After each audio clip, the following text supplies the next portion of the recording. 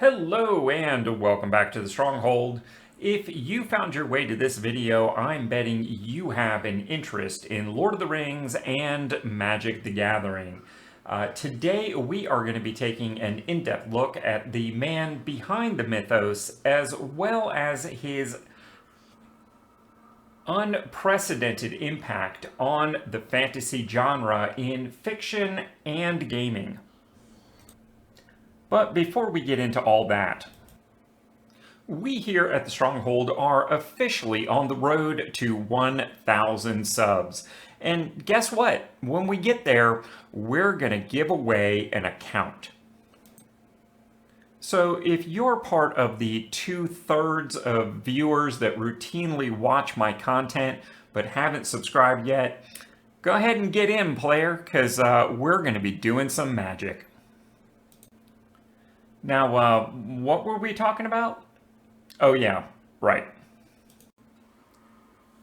John Ronald R. Tolkien, born January 3rd, 1892, and was with us until September 2nd of 1973. He was an English writer, poet, linguist, professor, and Catholic convert. He has been called the father of modern fantasy, and his work has prolifically inspired many others. Tolkien was born in South Africa. His parents, Arthur, a bank manager, and mother Mabel, were both English transplants. Tolkien's father died when he was only 3, and his mother raised him and his younger brother, Hilary Arthur, in England. He began his education at King Edward's School in Birmingham and continued at Exeter College and Oxford, where he excelled at classical studies. After graduating from Oxford, Tolkien served in the British Army during World War I, and the war's influence can be seen in many of the large violent conflicts within his work.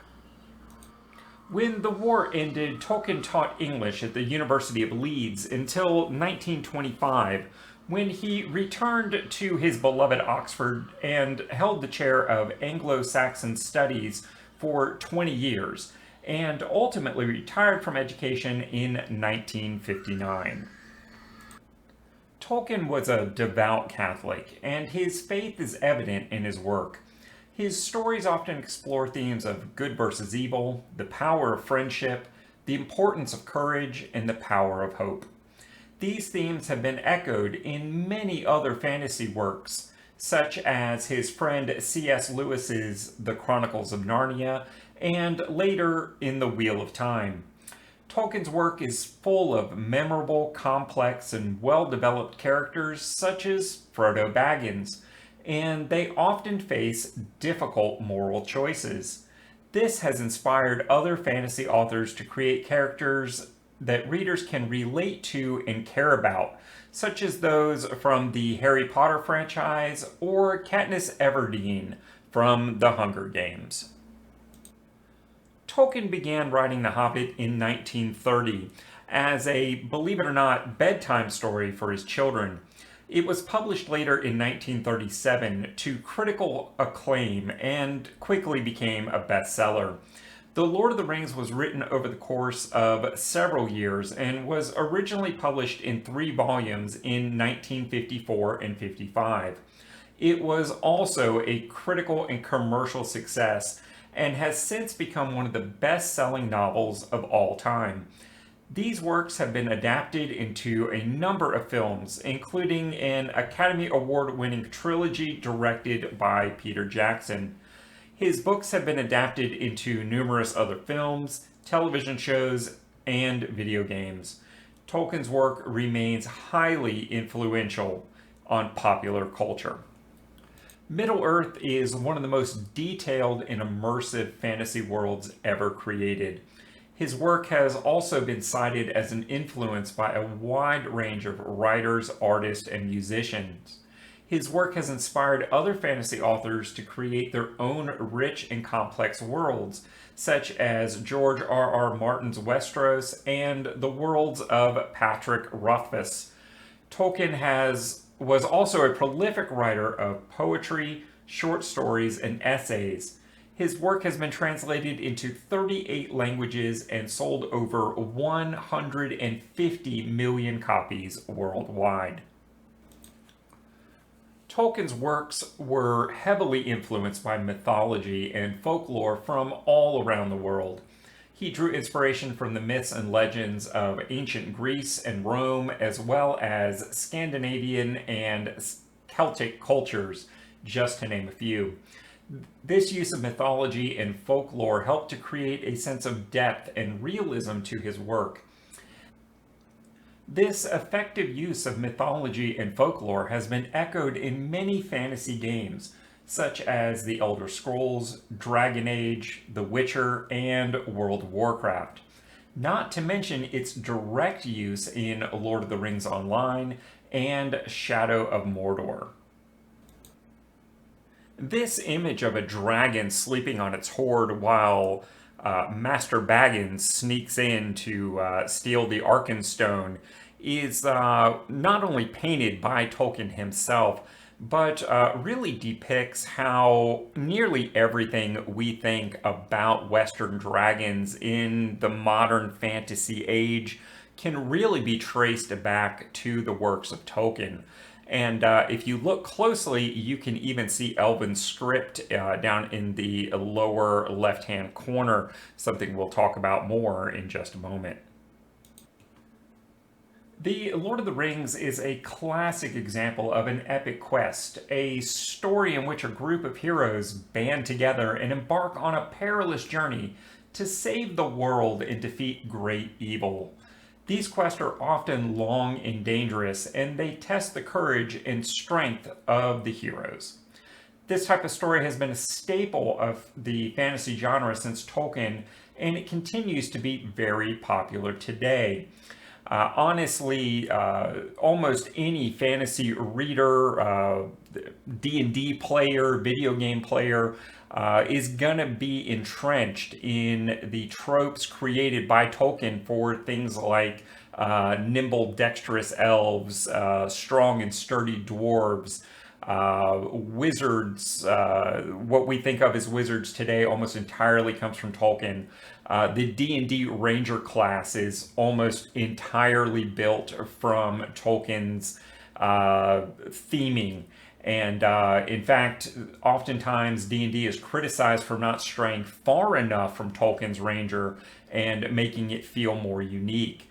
Additionally, Tolkien almost entirely created the hobbits, or in D&D, halflings, due to the Tolkien's estate lawyers.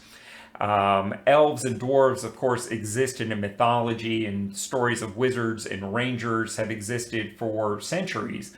But it was Tolkien that brought these into the modern scope and has really defined them ever since.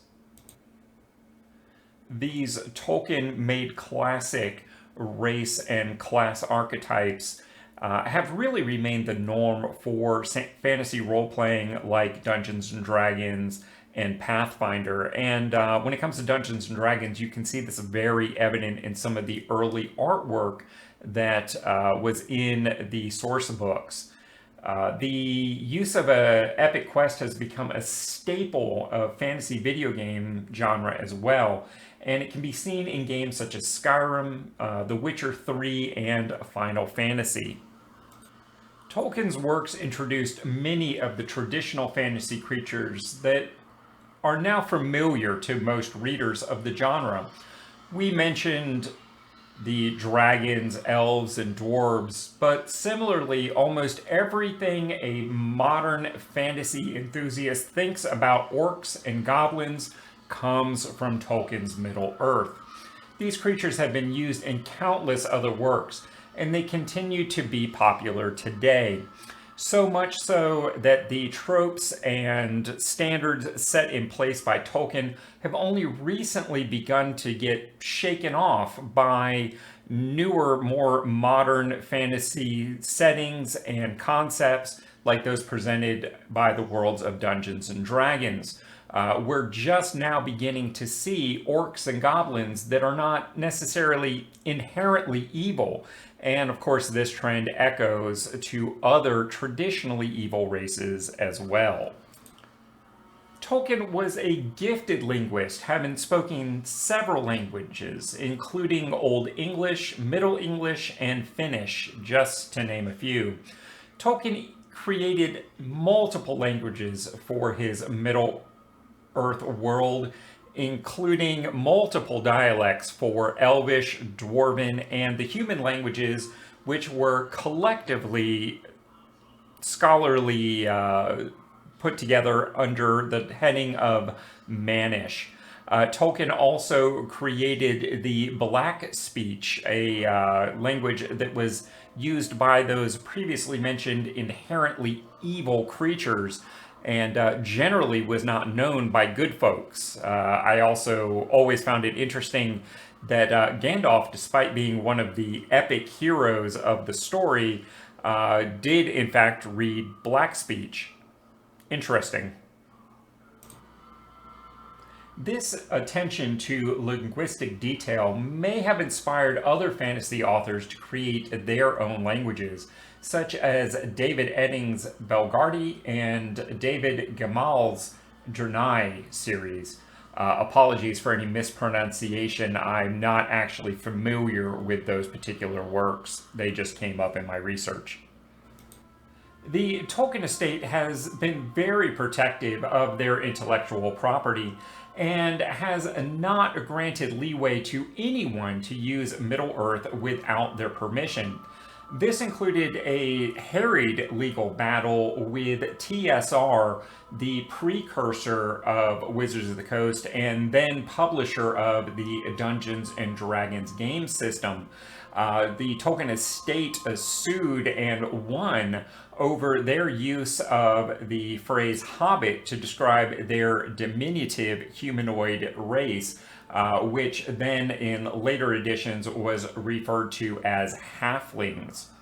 However, the Tolkien estate has allowed a number of works to be published under the umbrella of Middle-earth.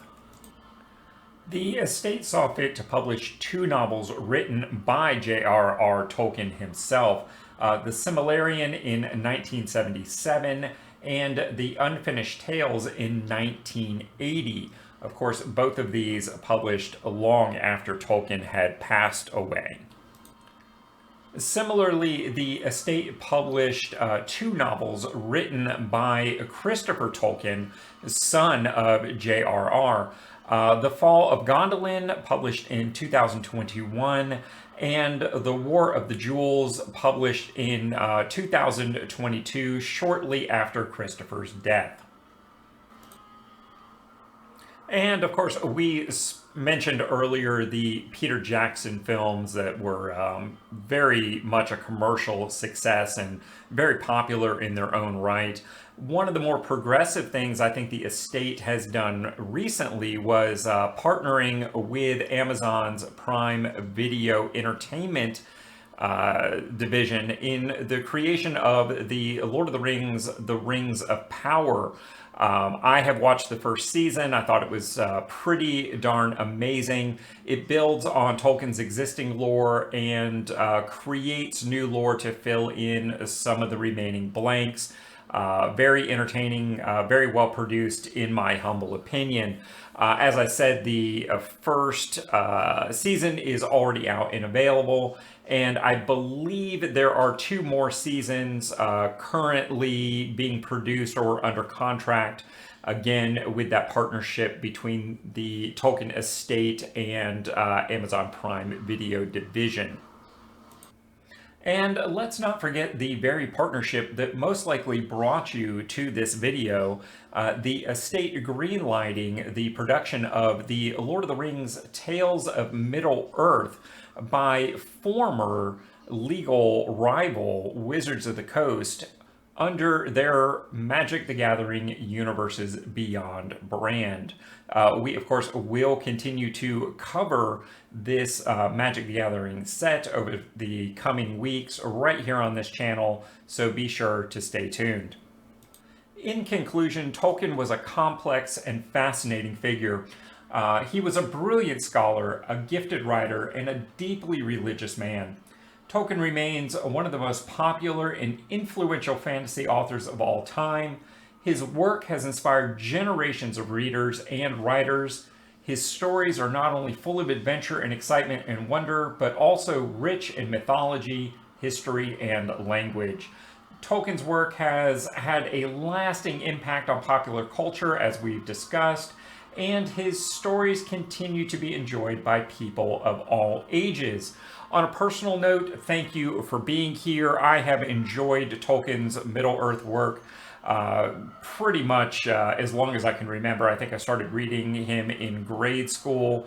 I'm an avid consumer not only of Middle-earth content, but the fantasy genre, which firmly rests upon his shoulders. And I appreciate you coming and sharing the man behind the mythos with me. And folks, before you go, make sure you subscribe to the channel so you don't miss out on a thing. Because I know I can't change the magic economy all by myself, but I think we can.